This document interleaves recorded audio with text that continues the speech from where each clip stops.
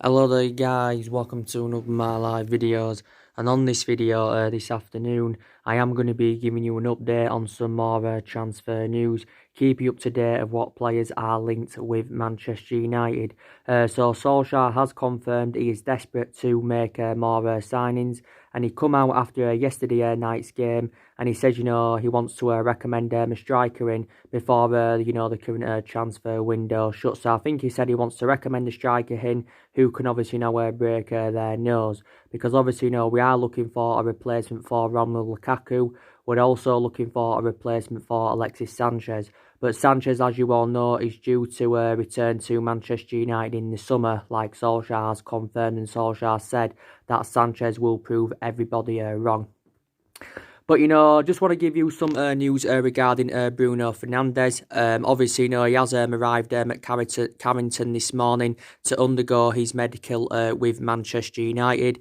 Reports did confirm yesterday from Sky Sports, which is a very reliable source, and they said, we'd agreed a deal with Sporting Lisbon for Bruno Fernandes, and it said that Bruno Fernandes was at Sporting Lisbon's head office to terminate his contract, basically. So this is very, very good news. So he should be officially a Manchester United player within the next couple of hours or so.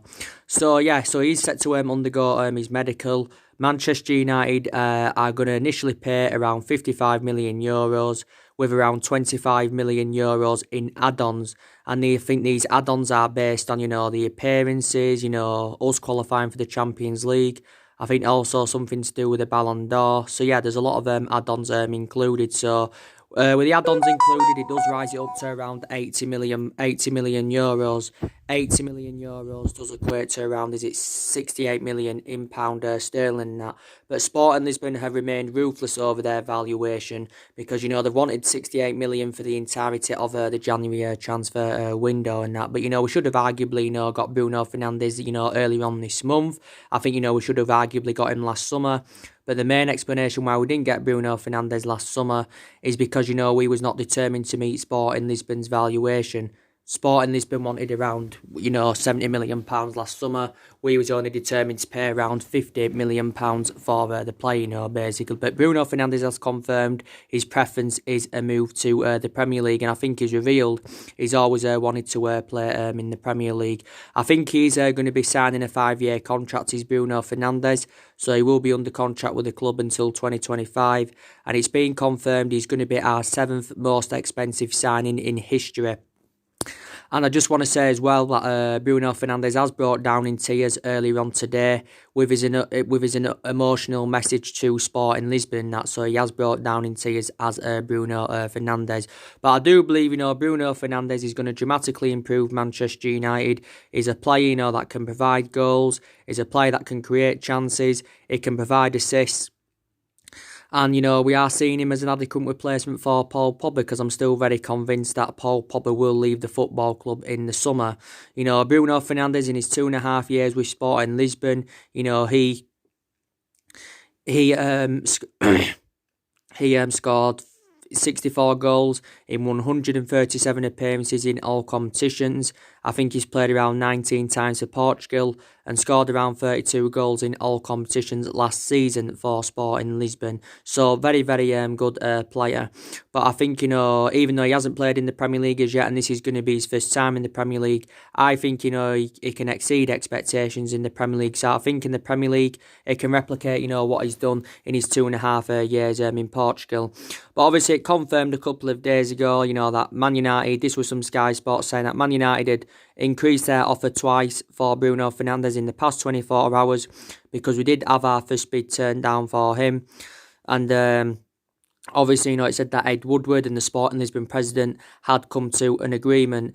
As you all know, Barcelona came in right at the final hurdle, to try and hijack our move for him.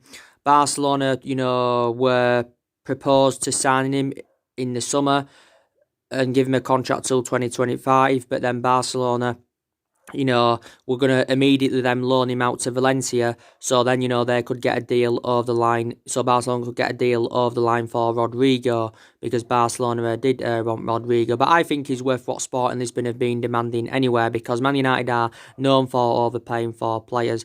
And Sporting Lisbon are going to make a huge profit on the player. They only got him for around, was it just over £7 million from Sampdoria. But if we'd have played, if he'd have been here for the Burnley game, I think we'd have beaten Burnley. If it, it should have been in the stands for the Liverpool game, spectating the Liverpool game. But all that matters is now we have got this deal finalised. And like I said, that midfield is one of the priority areas where Man United need to strengthen up. I think is his shirt number being revealed as yet? I think, Man United should put him in the number 10, because obviously he can play in Lingard's, Pereira's, and Juan Mata's position. I don't know. Maybe he could get given the number 7, because we've had quite a few players that have played in that number 7 over the years. Ronaldo, Memphis Depay, Michael Owen. So we've had a few number 7s. I think he was currently wearing the number 8 for Sporting Lisbon, was Bruno Fernandes in that. But yeah, so he is predominantly an attacking midfielder. Man United also need a holding midfielder, so we've also got to get another midfielder in. Like I said, we also need a striker, and there's possibly other areas in the squad as well that do need to be addressed. But from my own perception, I think Manchester United need at least 3 to 4 more signings. And we'll obviously look to get more signings in the summer. Also in the summer, we will be determined to get rid of more players. I think definitely more players will go in the summer and that, because these problematic players at Manchester United, as you all know. I gave you the news, didn't I, yesterday on my match reaction regarding Marcos Rojo. It was later on in the video. I think Man United are determined to let Marcos Rojo go out on loan. So I think he's going to be returning to Argentina.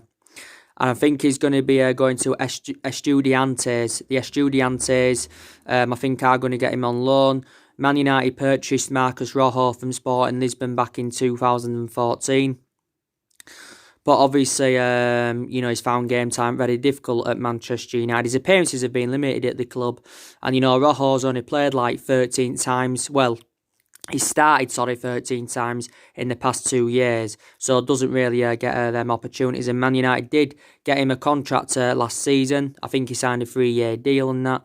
But yeah, he's going to be making a return to Argentina. Solskjaer's determined to let him go, because obviously, we've got a lot of centre-backs in the team.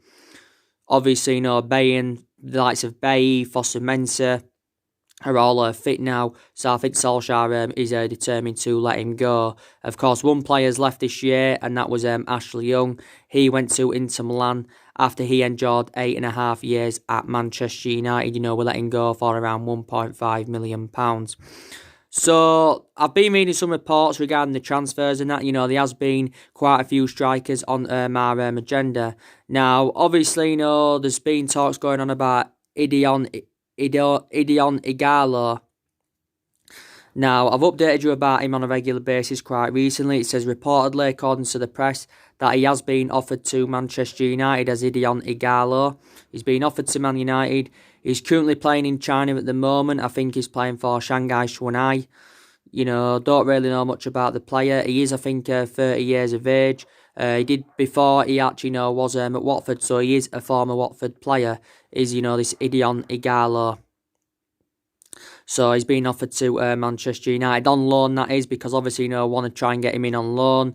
Because of the main explanation why we need to try and get someone in on loan before this January window ends is reflecting on the injury to Marcus Rashford. Marcus Rashford has obviously got a double fracture in his back, and I think he's going to be out for at least the next couple of months. Well, it did say when his injury occurred, he was going to be out for at least 6 weeks. And you can say Marcus Rashford is a big miss in our team, because like I said, when he was fully fit, he's been one of our best players this season. He's been in scintillating form.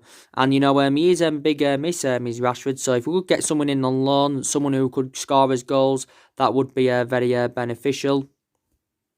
But Rashford has got a really bad injury. But this injury he's currently got now is totally comparison to the one that I had earlier on in the season. So obviously, this is more severe. And from now, up until this point, Rashford has spent the entirety of his career with Manchester United. But I think he's had some bad spells as a United player, but I think for the vast majority of this season, before he got injured, he's done really, really well. There's still a lot of talk narratives going on regarding Islam Slimani from, who's currently on loan with Monaco.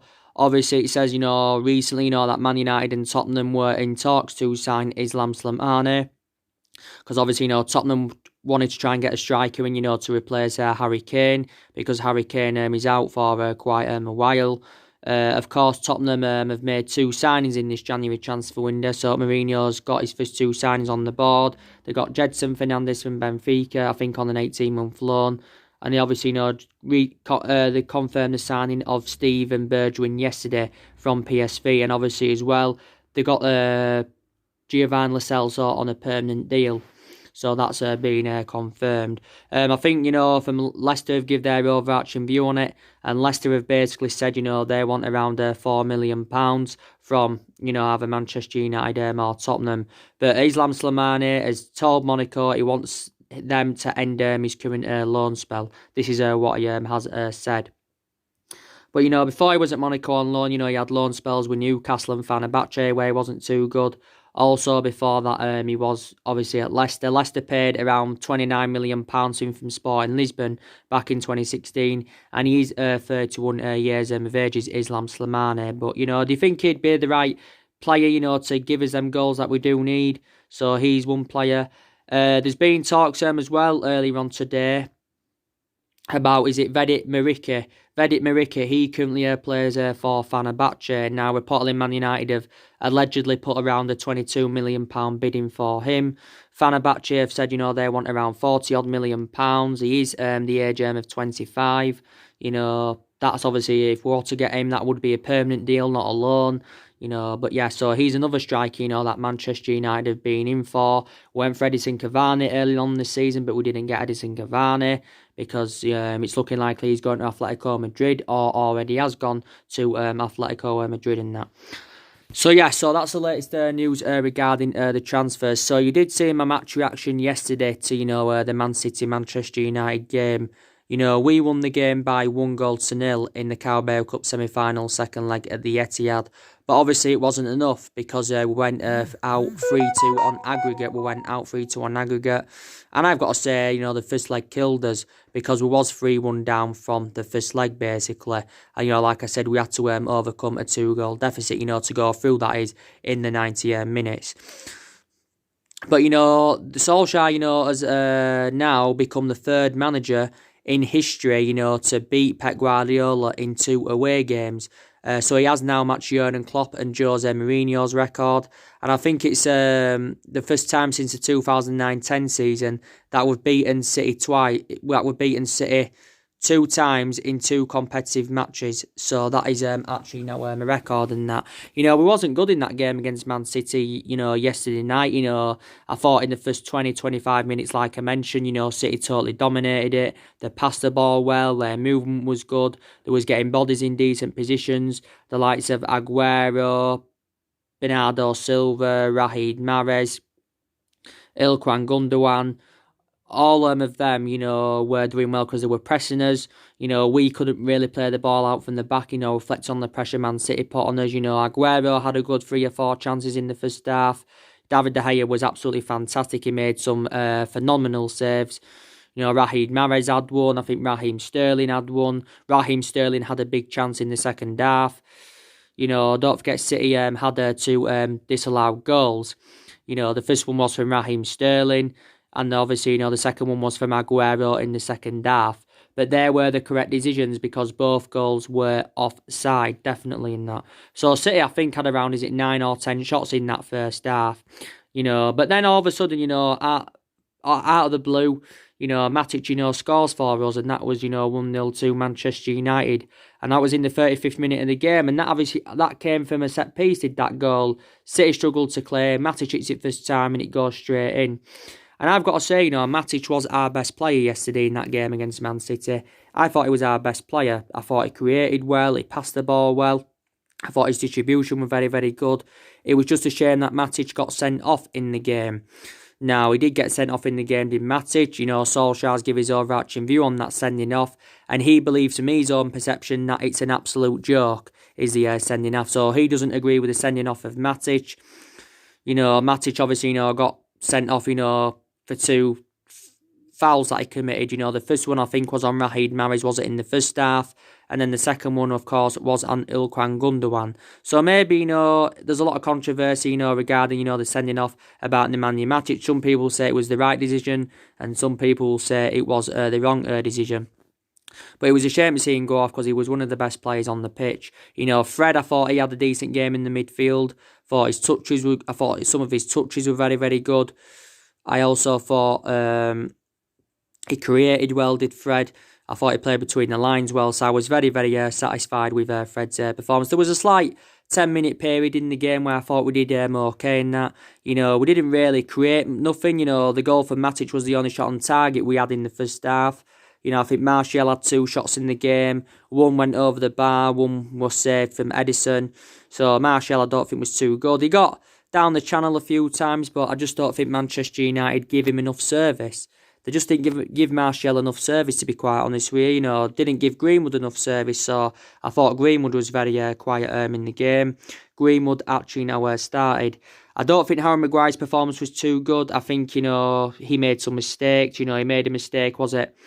I think in the second half that could have led to a City goal. Lindelof also made a mistake in the first half that could have led to a City goal. So it wasn't the best performance, but you know, we still did win the game on the night, and that's our second win at the Etihad this season. So Solskjaer has now overcome Pep Guardiola twice, so it's good that he has made history.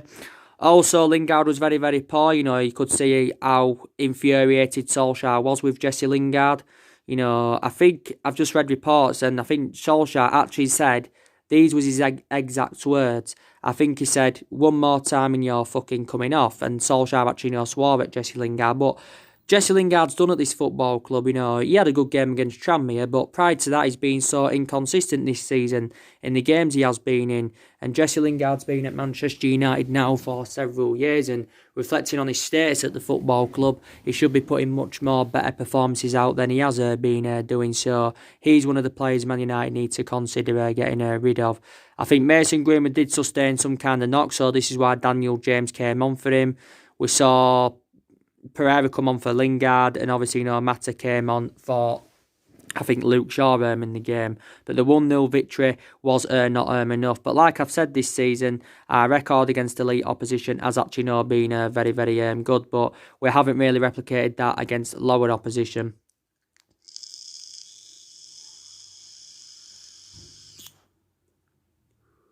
But obviously, you know, now it's quite obvious, you know, that Man City are going to win the Carabao Cup. You know, they have progressed to the final, you know. So City are on course to win their 3rd Carabao Cup on the trot. And this is their 3rd final now, you know, in a row in 3 years. Because there was in the final last season, they beaten Chelsea. There was in the final the season before, they beaten Arsenal. You know, so City are going to get the Carabao Cup on the board unless Aston Villa can do something, you know, because they did progress past Leicester in the semi-final, and fair play to Villa and fair play to Dean Smith, you know, for progressing to the final. City, I don't think they'll win the Champions League because they haven't got a decent pedigree in the Champions League, and I don't think, you know, they'll win, you know, they won't win the Premier League, obviously. They could possibly, you know, win the FA Cup. So they're going to, obviously, you know, get something on the board at least this season at Manchester City. But I know City haven't been as good as we all thought this season. You know, they've been, since we beat them 2-1 in the league, I think they've actually rejuvenated themselves, to be fair. But I expected, you know, probably City to win the league again this season. So I expected them yet again to retain it because they've won back-to-back Premier League titles. This season, they was hoping to get their 3rd title on the trot. The last team to win 3 in a row was us back in 2007, 2008 and 2009, you know, of course. But obviously, you know, Pep Guardiola's obviously, you know, has no, you know, he has given up on the title, basically. He's thrown the towel in, so City do not now have any title ambitions because City are too far behind Liverpool. City are 19 points behind Liverpool. Leicester are 22 points behind Liverpool, because Liverpool won 2-0 yesterday at West Ham. And they're unbeaten now in 41 Premier League games. You know, they've only drew 1 game this season, that was with us. They've won 23 games out of 24. They've registered 70 points in 24 games. And that is a record. And I do believe that Liverpool are, this season, Liverpool are gonna, get at least 100 points. I think they're probably going to get more than 100 points. So if this materialises, then they are going to, beat Man City's record from a couple of years ago when City did finish on 100 points. But Liverpool are on course to win their first Premier League title for 30 years. So they are going to end their 30-year drought. And Liverpool could replicate what Arsenal did in 2004, because Arsenal went undefeated all season back in 2004. Don't forget about that. Don't forget. So I think, honestly, they could go undefeated all season. I think if they are to lose, they will only lose one game. But the Premier League's a priority for Liverpool. It's a priority for them. They want to get that on the board. They are still in the Champions League. They've got a fantastic pedigree in the Champions League. They are, still in the FA Cup. They've got Shrewsbury to beat in the replay, so they can obviously, verse Chelsea in the 5th round. Klopp's not too bothered about the FA Cup. Obviously, Klopp's been criticised for fielding he's going to be fielding his under-23s against Shrewsbury. Some people agree with this, some people don't. But, from a Shrewsbury perspective, they'll be happy that they've took it to a replay, because they've generated money for that anyway. Plus, they said that they wanted to come up against their Liverpool's first team. But obviously, we do know that's not going to happen. Even Jurgen Klopp is not managing in that game against Shrewsbury in the replay and that. But, like I said, Jurgen Klopp's a very, very good manager. It's the best manager Liverpool have had in this generation. The goals yesterday were from Salah and Oxlade-Chamberlain. Also, Salah had got an assist in the game. But I knew Liverpool would win that game anyway. And I think, are they around 37 points now in front of us, if I'm right? But, very, very good team. But I do believe that Liverpool are now going to start to replicate, what we did under Ferguson in the 90s and in the 2000s until 2013. I do believe this is going to currently happen, definitely, in that. But, Solskjaer, warned Jurgen Klopp. This was prior to the game against City yesterday, and he actually, said that we quit the FA Cup in 2000, and that's around 20 years ago now, but he still regrets it, even though it is 2 decades ago. So that was Solskjaer's perception. Solskjaer come out a couple of weeks ago, was it, and says, he needs time to build a team like Liverpool. And I think Solskjaer is believing that if he's given the time that he's demanding at the club, he can emulate into the next Jurgen Klopp. And this is what Solskjaer feels from his own perception, basically. So, like I said, Man United have had a lot of injuries this season. That's not excusable for how inconsistent we've been. But Pogba's still out. Solskjaer did say that Pogba is desperate to return. I can't give an exact estimate. I can't estimate an exact date when he's going to be coming back, but I think it will be sometime in February. Hopefully, he will be back, Paul Pogba. But I think he'll leave in the summer, definitely. McTominay, I think he's due back in February. McTominay is one of the players I would be determined to keep at the football club, because I think McTominay has been very good for us before, of course, he got injured. Obviously, Rashford's out. Baye, like I said, and Fosu-Mensah have just come back. Rojo, like I said, still out, yeah. Tuan Zebe, I think he's closer now to returning. Luke Shaw's just come back not too long ago. So we have had a lot of injuries this season. But there's also a lot of young players in the squad that are developing and trying to improve. So, take that into account. But like I said, I'm very, very sceptical that Man United will sack Solskjaer. The club are determined to give him more time. He has been at Manchester United now for 13 months of Solskjaer. 13 months, so he has been here over the year. He's been permanent boss for 10 months. I think that was one of the mistakes for Man United, giving him the job on a permanent basis. I think we give him it too soon. But the main explanation why we're giving the job on a permanent basis is reflecting on what he did as interim manager in that 3-month period. Because he did really, really well. He exceeded expectations. But since he's got the job permanently, it's been totally a comparison and that. But, he's still got 2.5 years left on his deal. Obviously, if we decided to sack Solskjaer any time within this 2.5 year period, obviously we'd have to pay something to get rid of him. I think we'd have to pay around £5 million. I think we are still paying the salaries off of Moyes, Van Gaal and Mourinho, despite the fact that Manchester United did sack them. But Solskjaer is aware of the pressure, that he has been under. But, You know, it wouldn't be the right solution, you know, getting rid of him at this moment in time. Obviously, Solskjaer's got many expectations to exceed at the club. Obviously, it's going to be take a long rebuilding process to get us back to where I want to be. And, you know, I think, you know, Man United need to get top four this season. Top four is one of our priorities. Top four is one of our priorities.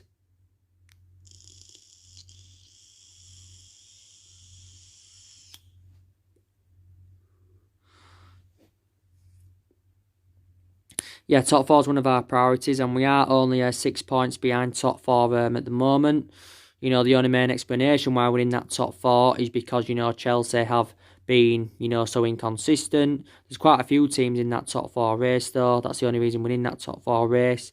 And, you know, we've still got a chance to win the FA Cup. I want Man United to win the FA Cup. You know, that will get some silverware on the board. We can also win the Europa League. That's a chance of getting some silverware on the board and obviously getting automatic qualification for the Champions League.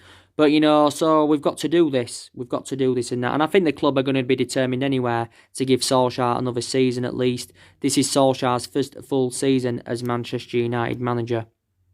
You know, and all of that. But, you know, there is fundamental issues at the club, like Rio Ferdinand was saying the other week. You know, we need to see a variety of changes at the club. I think we've got to get rid of our current board because they've been a liability for several years. I think we've also got to get rid of the Glazers. I don't like the way the football club's been running for several years. I don't like the way the football club's been run, at least in the last, 5 or 6 years. You know, Ed Woodward needs to go. You know, obviously a lot of United fans are protesting Ed Woodward and the Glazers. So they definitely know both need to go. There's more players that need to leave Man United, like I mentioned. So we need to see a variety of changes at the football club, definitely. Man United have got Wolves this weekend in the Premier League at Old Trafford. 5:30 kick-off Saturday. There has been reports emerging out saying that our fans could leave, some of our fans could leave in the 58th minute. Obviously, the main explanations is due to what's been going on and also to, you know, with the remembrance of Munich back in 1958. So this might not happen, you know, it might be just rumours saying, you know, it could happen basically, you know, basically in a way they are showing respect. So, yeah, and Wolves is going to be a very, very tough game on Saturday, so that's a must-win game for Man United because we're coming into this game against Wolves on 2 back-to-back Premier League defeats. And like I said, yeah, Solskjaer went with 3 at the back yesterday against City. He needs to stick. He needs to stick with his formation now. You know, we need to persist with the back three because that 3-4-1-2 or that 3-5-2 seems to suit our standards. So I don't want to see us go with a 4-2-3-1 formation for the rest of this season because Solskjaer's been going with that formation on a regular basis this season and it hasn't really seemed to suit our standards. I'm convinced Solskjaer will make changes in the Wolves game from, you know, the 1-0 win against City. He'll make a couple of changes, but that team yesterday night was more or less the same team as what Solskjaer went with against Tranmere. Solskjaer went with a lot of first teamers against Tranmere because obviously, you know, he didn't want to take many risks, basically. So this is the main explanation for that. But anyway, like I said, you know, your preview for the Man United Wolves game will be coming up. It should be either later on today or it will be tomorrow. Also, Solskjaer's press conference will be coming up, so I'll be giving you my reaction to that. So, yeah. And obviously after Wolves, it is Chelsea away, obviously. And, you know, I think Bruno Fernandes is going to be making his debut against Wolves on Saturday. I don't think it's assured, but I think he should be making his debut on Saturday for, you know, Man United. But like I said, my element of concerns regarding Solskjaer is that, you know, he doesn't have any managerial experience. He's too inexperienced. You know, he's been tactically naive for the vast majority of this season. We've got the same perception on Carrick, you know, he's too inexperienced but was a very good player for the club. Kieran McKenna, you know, too inexperienced. But, you know, I would keep Solskjaer for now, but he's still not the long-term solution for Manchester United. Definitely not. So anyway, guys, drop your comments, likes below on the channel. If you do, consider subscribe. As always, take care, God bless, see you all again very, very soon.